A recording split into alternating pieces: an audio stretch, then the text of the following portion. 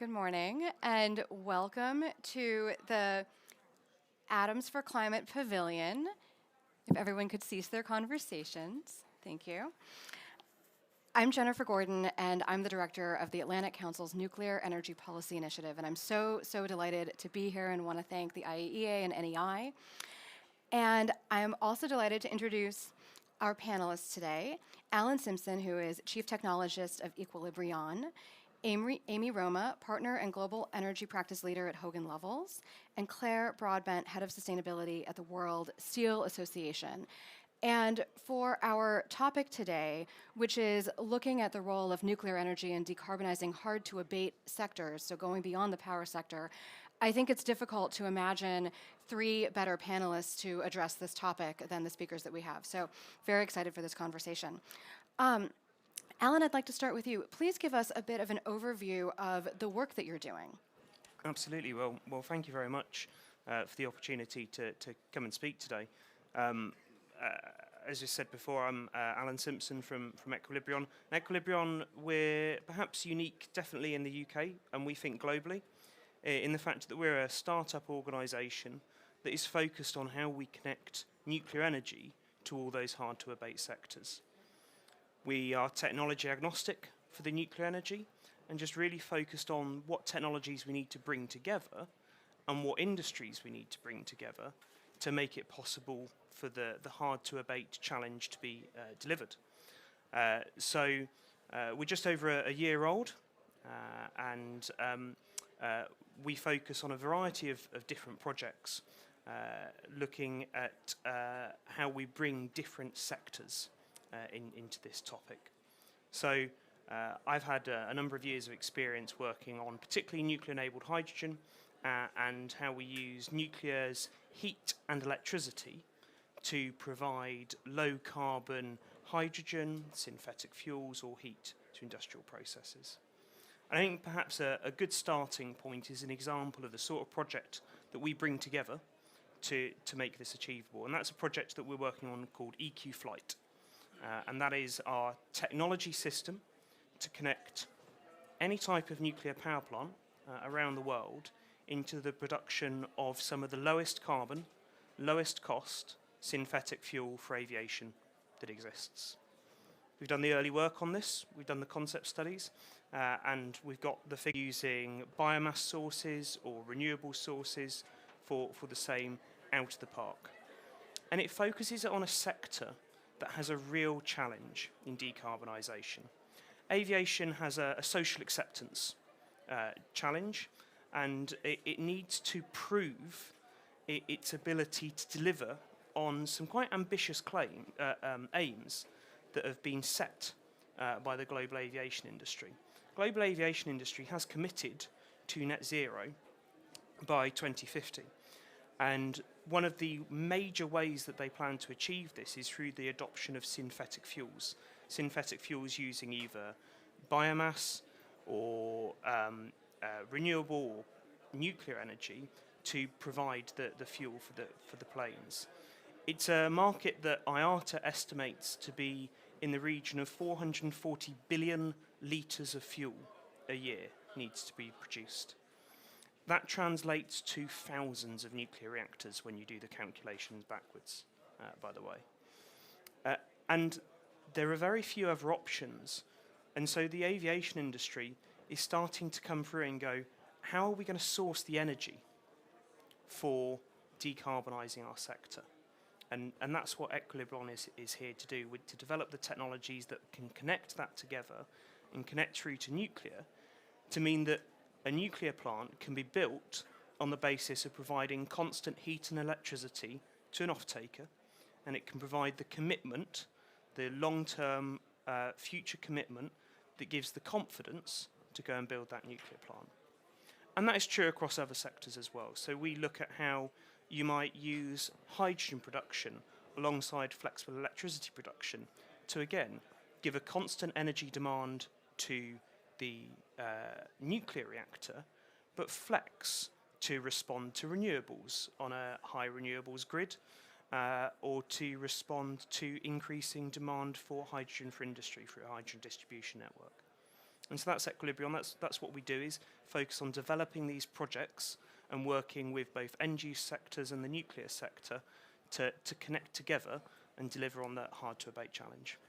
Alan, thank you so much. And I really appreciate your point about taking a technology agnostic approach. And I think, especially in the hard-to-abate sectors, we haven't landed on nuclear because we're trying to pick and choose, pick winners and losers. It's because that is really the way to get to net zero. Amy, this is a tough question for you because I know that you work on everything, but please give us a brief overview of the work that you're doing in this area specifically. Thanks, Jennifer. So by way of background, I'm Amy Roma. I'm a nuclear lawyer, which is a thing. And I am a partner and global head of the energy practice group at the law firm of Hogan Lovells. My particular specialty focuses on nuclear power, but I oversee a global practice across 46 offices in 26 countries, so I get to see a pretty wide view. In the nuclear space, I think one of the reasons that nuclear has so much promise for decarbonization and difficult to abate industries is because of its flexibility. And so I'm working on a range of projects. And for the range of projects that I'm working on, the itch that the customer is trying to scratch is different. They're all trying to decarbonize, but they all have very different needs. And so I'm working on a project to site an advanced reactor at a chemical plant. For that project, they want the plant to provide both carbon-free power as well as process heat. And so it's serving dual purposes. And there's very limited number of technologies that they could use to provide the process heat in the range that they need. And so they really didn't have another alternative to decarbonize besides this technology that they chose. I'm also working with some oil and gas companies that are looking at widespread deployment of advanced SMRs, so small modular reactors. And so for them, they are looking for mobile reactors, they are looking for floating nuclear power plants, and they are looking for kind of a range of applications that is much different than the traditional nuclear that we see today. And so for them, it's a lot of initial, how does this work? What does the regulatory regime look like? How do we get the number that we need? How do we deploy them broadly? How do we go and put nuclear on a floating nuclear power plant, which has been licensed before, but has not been done, at least in the United States. And so for them, that's a different set of issues that they're facing. I was talking to another chemical company the other day, and they were saying that they need 1.1 gigawatts of power to just decarbonize one chemical plant that they have. That's an astounding amount of energy. So for them, they're not looking at microreactors, but they are looking at high temperature gas cooled reactors because that's also going to provide the process heat that they need. I'm also working on a few data center projects that are looking at both advanced fission and fusion, and a new core steel project that is looking at a fusion power plant. And then finally, kind of to run out the gauntlet of new and innovative projects, I'm working on ship transportation, so to decarbonize the shipping industry with microreactors on ships, as well as space nuclear. That's not really a decarbonization issue, but when you mentioned aviation, I'm like, well, I didn't think about aviation for nuclear so much, but I am working on space projects. Amy, thank you so much. And I think that overview really drives the point home that there is truly a nuclear reactor out there for everyone and for every use case. Claire, I'd like to go to you. Tell us more about your work. Right, so thanks, and thanks for inviting me here today. So I'm working for the World Steel Association, and just to give you a bit of a background, we're the Association of Steel Producers around the world. Our members are the steel producing companies, but we also have the national and regional steel associations and institutes. And typically we look at issues which are relevant for the whole industry. We have to make sure that we're avoiding the anti-competitive type of topics. But we're working with really every region around the world, representing around 85% of global crude steel production. And, as opposed to some of the other associations, we do have a lot of input from our Chinese members. They're responsible for 50% of global crude steel production. And to put that into context, we have 1.9 billion tons of steel being made every year, around 2 tons of CO2 per ton of steel. So you can do the maths. We're one of the hard-to-abate sectors, as people call us. So there's a lot of work that needs to be done. There are two main steel production routes. One which is ore-based, and that's the one which is the higher emitting process route for making steel. And the other is an electric arc furnace, which is based on scrap, but also can have ore-based inputs. And that's a lower carbon emission, lower energy intensive route. Lots of people think, okay, let's just switch to the scrap-based route. But there's not enough steel scrap. I mean, steel's everywhere, but it lasts a long time. And even by 2050, we think that we're still going to be making steel from raw materials, 50% of steel from virgin iron ore. So that's the sort of more intensive steel production route. So there's a lot of decarbonization, energy reduction initiatives that we need to do. So we're looking at the different technological solutions. As a global association, it's there's a whole plethora of solutions that we need to look at. It's not one solution for everyone. There is the project in Sweden, which is often talked about, which is the hybrid project. And everyone thinks, okay, great, why don't we just do a copy-paste and use that everywhere else? But Sweden has access to good iron ore. They've also got some good renewables there. Their blast furnaces are coming to the end of their their renewal cycle. So it's a bit of a case of, it's the perfect storm. I think with the new government, the policies there are slightly different now. But it's not the solution that can be implemented everywhere. So we're trying to make sure, whether it's CCUS, whether it's using hydrogen or electrolysis, all these innovative solutions. But it's really, I think a lot of the incremental changes and reductions in energy consumption have taken place over the past years, and we can make improvements and efficiency improvements, but it's real breakthrough technologies and big changes that we need to make, which aren't going to be coming anytime soon. But many of the companies are working on this. We've also recently, or this week, signed up to the Industrial Decarbonization Accelerator, the ITA, if that's the right one. There's so many of these acronyms around right now. But this is really aiming at bringing together different sectors to try and make the transition faster. It's being supported by the UAE COP presidency, but also the Bloomberg Foundation, and so to try and work together with the other heavy industries as well. So we're heavily involved in a lot of these different initiatives to try and speed up the decarbonisation of the industry. Claire, thank you so much. This is so fascinating, I think, specifically in steel, to look at the potential for nuclear to decarbonize.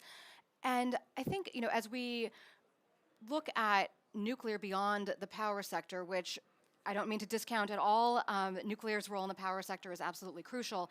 But for the purposes of this conversation, I'd really like to delve a little bit into some of the differences that we see in off-grid applications for nuclear. So, Alan, do you think, or do you see opportunities to rethink financing as the nuclear industry moves into these hard-to-abate sectors and supplying energy for them? I think absolutely. It's we're turning the whole of the sort of nuclear paradigm on its head when we're talking about deploying nuclear for hard-to-abate sectors. And we have to really think about the whole value chain. Who's the end user of the product or the energy that we're dealing with? And what are their needs? And there are benefits that can be gained from bringing that whole value chain together. I think Claire made a really interesting point there about you can't just carbon copy a project around the world. And there are some energy demanders and industries in the world that can give a commitment for multi-gigawatts of energy 20 years out. And that gives an enabling function to construct new nuclear with the commercial contracts running back through the whole of the chain to help reduce the financing risk on the new nuclear power plant. One of the challenges with new nuclear, of course, is particularly in deregulated power markets, it produces very low-cost energy, and it has very little control over the cost of the energy. But actually, what a lot of hard-to-abate sectors need is certainty over the cost of the energy, so they can make some of these early upfront commitments to help finance the new nuclear and help drive down through that cost curve that we so often talk about. And I think, if we look at the different varieties of needs across the world. So whether it's small demanders, developing countries. I think developing countries is a really interesting area where you've potentially got much smaller energy demands and you need to collect a few energy demands together to create enough demand to justify new nuclear. But that actually you can maybe use that to develop community-driven nuclear that supports the development of new industry in countries around the world that need this industry to help them grow and help to improve the living standards for their people. And so you can then look at how you might use development assistance and development funding to support the growth of nuclear at the right scale for those different demanders. And finally, some of these industries are able to invest directly. I think we look at the aviation market a lot. Airlines are directly investing hundreds of millions of dollars into sustainable aviation fuel production facilities because it is a critical aspect of their existence in the next 30 years. And they have the cash to be able to make that upfront investment to seed the production of aviation fuel and synthetic aviation fuel to meet their future demands. And so some industries, it can make a massive difference because they can bring the capital that we so desperately need to be able to finance new nuclear. Alan, thank you so much. And as we're thinking through the differences between on-grid and off-grid nuclear for finance, Amy, talk to us a little bit about whether the regulatory piece changes as well. So the regulatory piece changes somewhat, and it depends on the country that you're in and how those laws are set up. And so I'll just give an example. In the United States, if you are applying for a commercial power reactor, you can get what's called a combined operating license. So it's a combined construction permit and operating license. If you are applying for a non-power reactor, you cannot apply for a COL. You have to apply for a two-step licensing process, which is a construction permit and an operating license. There's no technical reason for that distinction. I think at the time that the NRC was doing the rulemaking for the COL process, it just thought COLs would come in for power reactor applications. And so I think it was probably an error. But that would be like one thing to update, and so that there'd be more flexibility in the licensing regime that applicants could apply to. In terms of things that would require some new thinking, mobile reactors raise new regulatory issues that would need to be thought through. Floating nuclear power plants, again, we do have precedent for licensing floating nuclear in the United States, but that was a pretty limited scope process, and it was in the U.S. territorial waters, and it was never built. So there's no operational experience. And so when you're looking at deploying something that could be floated into international waters, that could be floated into the territories of waters of a different country, those raise unique issues that would need to be thought through. And you're not starting from nothing. The regulators already started thinking about this, engaging with industry and the applications that they plan on using. One thing that was interesting for me working on a project with an advanced reactor at a chemical plant was the chemical plant needs 99% reliability. Nuclear is pretty reliable, but they were looking at 95% reliability, so they have to over-engineer the nuclear reactor design to meet the needs of their customer. And so in cases like that, when you're looking at multiple deployments and not just, we're all trying to have this streamlined licensing process where you can apply for the same thing over and over again instead of having a unique application each time. You have to think about, all right, how can I have a fundamentally similar design across all the different types of applications I have, whether they're power, whether they're non-power, in order to minimize regulatory change and changing in the manufacturing process as well. So there's a number of issues that can arise. All of them are something that can be navigated. So when you talk about minimizing those differences, is that on the companies, is that on the NRC, or is that kind of an iterative process? How does that work? So if you apply for something and then you go and apply for the exact same thing, the NRC will leverage its existing work the first time around. When you have to change it, they've got to look at that delta. What is that change that you're proposing? It just takes longer to do, so it drives up review timeframes and licensing costs. And so if you're really trying to go through a very quick licensing process at the NRC, you're better off just sticking with the same design over and over again. That's where you get to the efficiencies of the nth of a kind licensing. And if you want to leverage things like a manufacturing license, not changing your design and doing a bespoke design for each individual customer is the right way to go. So from a business perspective, it helps drive down costs, helps streamline things. From a regulatory perspective, also helps drive down costs, helps streamline things. Amy, thank you so much. That's absolutely fascinating. Claire, what do you see as some of the best opportunities for the steel industry and nuclear to work together? Okay, so a lot of people, when they think about how to decarbonize the energy supply for the steel industry, for the electricity side, think about the electric arc furnace, because that's obviously where the electricity is currently being used. And often people say, okay, we need to have an increase in renewable energies. And obviously, you know, that's sort of looking at wind and solar and everything. But we try and say, okay, we need low carbon solutions. So, you know, obviously including this from the nuclear side, as well as the other renewable ones, which are maybe less, you know, able to commit to also, you know, always being available. But what people sort of also forget is that the more energy intensive process, you know, when we're making steel from iron ore, that's coal based, and obviously that's associated with a lot of emissions. But one of the benefits of using the coal is that we generate our own internal what we call process gases, which we can then reuse as an energy source within the process. As we're supposed to be decarbonizing, obviously we need to sort of reduce our reliance on the coal. Then we don't have our own supply of energy anymore. So we're actually going to be increasing the other, you know, the energy that we're needing from other sources.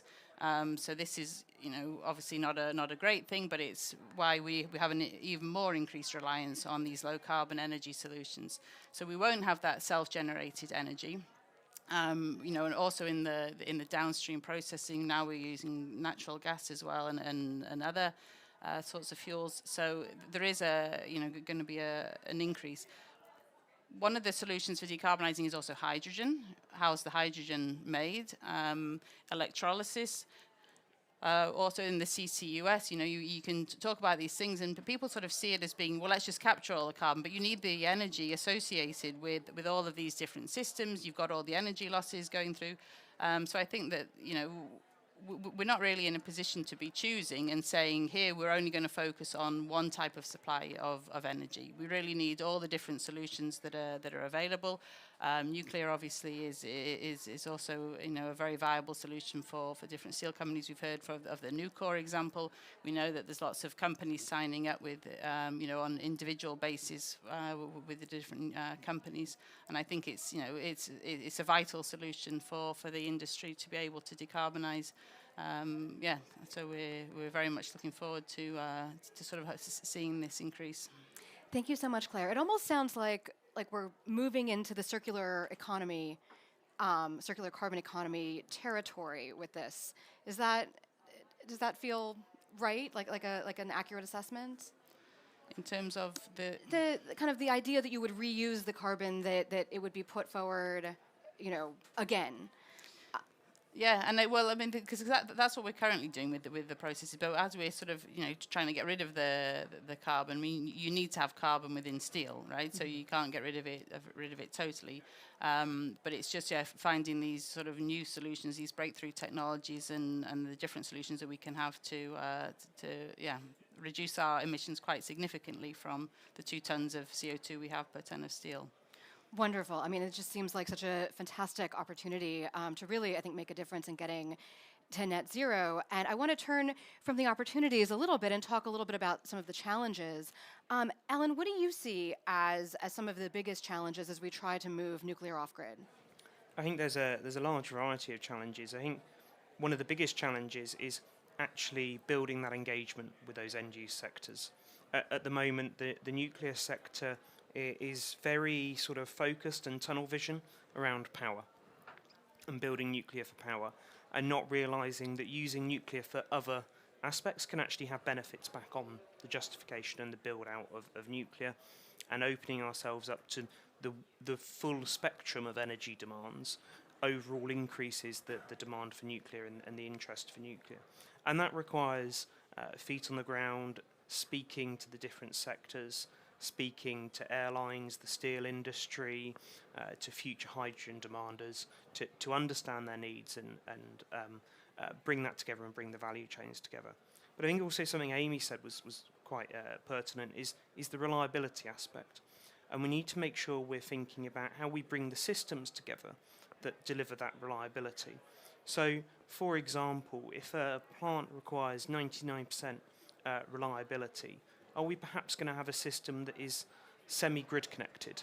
So its primary energy source is nuclear, but it perhaps has grid reinforcement for scheduled maintenance or unplanned outages that ensure reliability for the ultimate demander and give that assurance that is needed to make that commitment.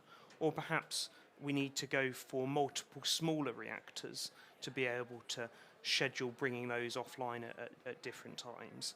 And that goes back to we need to spend a lot more time than we do at the moment understanding the requirements and the constraints on those industries. And we need to then think about, as much as possible, how do we take that back to a consistent interface for nuclear? Because if we can make that consistent interface, we have more possibility or more likeliness that we can achieve that nth of a kind regulatory state where we say, well, the nuclear reactor's interface to the outside world is consistent. It provides this amount of heat, this amount of electricity over the fence to another system that deals with all of those complexities of connecting into the grid, connecting into the ultimate demander, flexing between different uses. But there's a lot of work in thinking about how that system comes together to be able to give you the constant demand that can then build that regulatory confidence to see repeated regulatory approach to new nuclear build-out and reduce those long-term costs. Alan, thank you so much. And I think it, again, really drives home the point about the importance of getting to that nth of a kind. And I think just how different the industry could look even in the next 5 or 10 or 15 years than right now. Amy, from your perspective, and again, looking at all of these different types of reactors and all these different use cases, what do you see as some of the biggest challenges?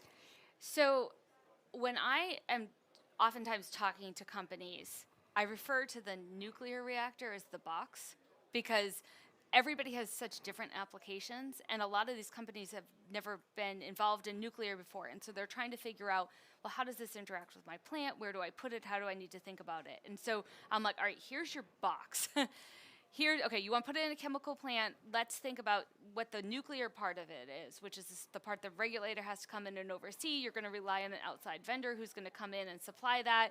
They may also be providing an operator for it. Like, how do you think about your box? And then how do you think about your rest of the plant? So how do they interface together?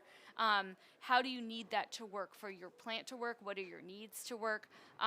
So those are some of like the challenges of like the implementation.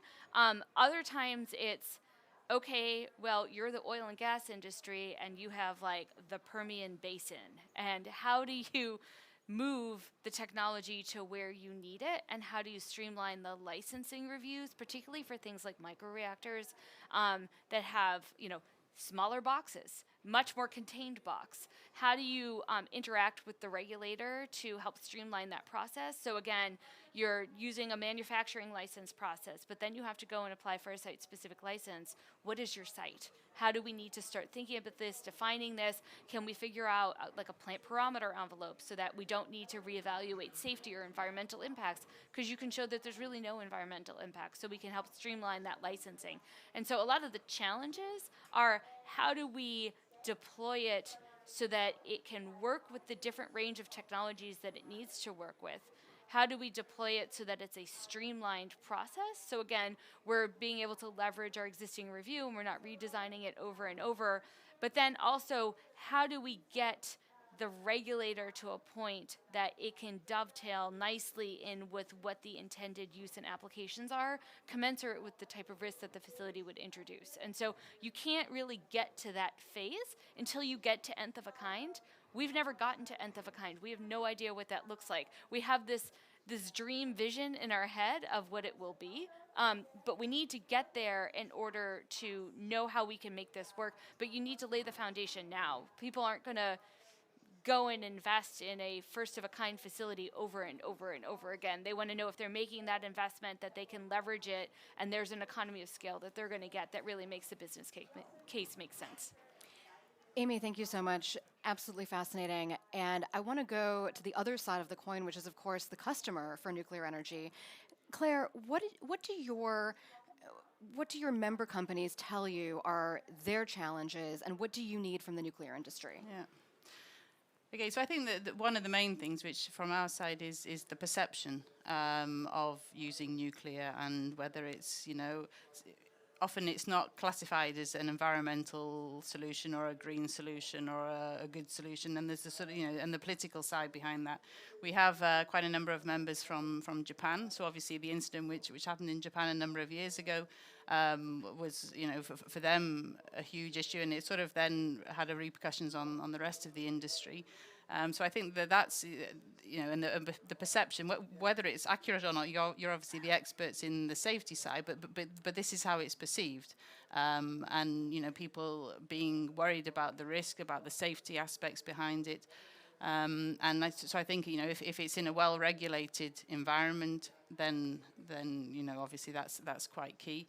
The other aspects, I think, which are maybe of concern, there are some countries which obviously don't allow nuclear, but in other countries where the nuclear doesn't yet exist, then the time that's necessary to build the necessary infrastructure is quite long. So, obviously with the steel industry, a lot of the breakthrough technologies, they're not short-term either. But I think, part of it is be able to say, okay, if we need some lower carbon energy today, nuclear isn't going to be the option if it's not already available, and if other people are not already using it. So I think that part of it is in terms of the time that's necessary to get it installed. But yeah, speaking with our members, that I think it's sometimes, is it a company position or a personal position in terms of whether people are for or against the nuclear compared to sort of many of the other lower carbon solutions. But I think people really understand that it's not really a question in some countries, that it's definitely needed. Claire, thank you so much. And I think this really highlights a point that I was making yesterday on a panel with talking about Canada's choice to include nuclear energy in eligibility for green bonds. And so when you see policies like that do include nuclear as a clean energy source, coming from governments, it's so powerful, and it sends such a message, I think, to industry and to individuals as well. I also think it's really crucial that we're having these conversations about nuclear energy front and center in the middle of the world's premier climate conference. So, Ellen, could you comment on just the significance of being here at COP and having this discussion? Yeah, absolutely. I mean, the fundamentals to decarbonisation is about how we move away from taking oil and gas and fossil fuels out of the ground. And that requires but a significant increase in the capacity of other primary energy sources, renewable and nuclear, to replace that. If we are to minimise the demand for technologies such as carbon capture and minimise total carbon going out. So it's really vital that nuclear is part of the conversation here, because going back to Claire's point about perception, it takes time to speak and engage and let people get comfortable with the concept of nuclear in their own time. We talk often about educating people about nuclear. I'm never comfortable with that. I like to think we engage on nuclear. We're here to have a conversation, because ultimately all of those of us that work in the nuclear sector have probably been on that journey ourselves at some point. We've sort of started out wondering a bit about what this is, learning more about it, learning more about the impacts of radiation, the safety culture, how nuclear reactors work, the benefits for the environment. And so being part of COP is a great opportunity for us to engage in that conversation and help other people go on that journey and go on that exploration and come to their own conclusions, and hopefully come to a conclusion that nuclear can be of benefit to their needs, and that they need to work to bring it to their sector. Alan, thank you so much. And Amy, the last time that you and I were at a COP with a number of others in the audience, we were at a very beautiful castle in the Scottish Highlands, but very far away from the center of where everything was going on. Of course, now today we're sitting in the blue zone at COP28. What to you is the significance of nuclear moving more towards the center? So I think there's been a significant evolution in the discussion and the number of people having the discussion around nuclear. And so when I first kind of entered the nuclear industry, the conversation in the United States was about building some large-scale nuclear reactors, and the price of natural gas dropped, then Fukushima happened. And then the conversation really shifted for new nuclear towards advanced reactors. And so I'm having more first-of-a-kind conversations. Every day, my phone is ringing, and I'm having a phone call with a new chemical company, a steel company, a data center, a whole range of people that I've never talked to before. And to your point, that a lot of the conversations are, I don't know anything about nuclear. How do I need to think about this as a company? How does the risk work? How does the liability work? Who owns it? Who operates it? Like, I don't know how to own a nuclear power plant. How does this work? Is the regulator flexible? Do I need to figure out all these things right off the bat? So a lot of it is still introducing people to how the industry works and how it could dovetail in with their industry. And I think, Jennifer, to your comment, that we were on the outskirts last time, and now we're kind of right in the middle, and we're really in the middle. It's not just this event, it's a number of events over the course of the entire duration across a range of organizations. And I love seeing this topic, industrial decarbonization, decarbonization in difficult to abate industries, because that's the next evolution of the conversation beyond just power. And some of the first of a kind projects that I'm working on aren't power for electrons to the grid, right? It's for power for decarbonization, for an industrial process, because there's so few alternatives that many of these companies have. And there's a will and a drive within the company to go down this decarbonization journey. And so I think we're in for a fun time. Amy, thank you so much, and I absolutely agree. And in fact, a colleague of mine even went so far as to call this the nuclear COP, which I think is hopefully accurate. Claire, talk to us about the role of industry at COP and how important it is for industry to be here and engaging. Yeah, well, I think, being industry day to day, I think it's a very exciting and very busy day for us as the steel industry. But I think it's really key. There's so many people who are talking about decarbonisation. You've got governments, you've got doing the policy side, you've got the finance sector. But I think sometimes people tend to exclude the industry, we find, in some of these discussions where they're busy sitting there making the policy. And it's quite frustrating because it's, we're here, we're sort of happy to be engaged, and we know that we need the help, right? So it's not just up to the steel industry to say, okay, we're going to decarbonize ourselves. We need the support from the energy sector because we use a lot. We need the support from the policymakers to help drive everything in the right direction. We need the customers, obviously, to be there ready to say, okay, what are their demands? Are they really wanting this low carbon emission steel? We need the finance to be there. So it's really key that we're engaging across all sorts of different sectors, whether it's energy, finance, and whoever. And it was interesting when you said about the Canadians and how they're defining nuclear as being one of the green options, because it's not the case in all of sustainable finance. And we've seen there was the development, I think, of one of the ISO standards where some people just dismissed it. Well, of course of course nuclear can't be included. And you're sort of thinking, okay, it seems quite a narrow sort of vision, but it's like you said, we need to engage more. But I don't think we've really got time. No, we've got time to engage, but we've not got time to let people sort of sit back and think, okay, and we need them to engage faster and to sort of be, whether educated or engaged or however that's going forward.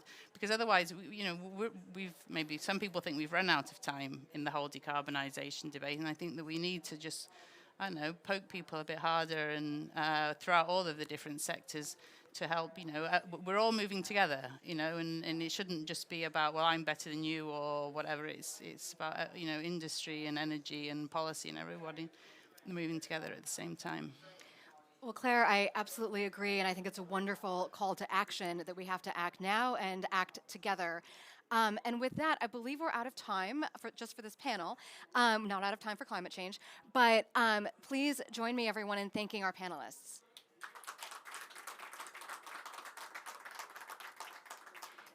Thank you all, and I look forward to seeing you all again soon.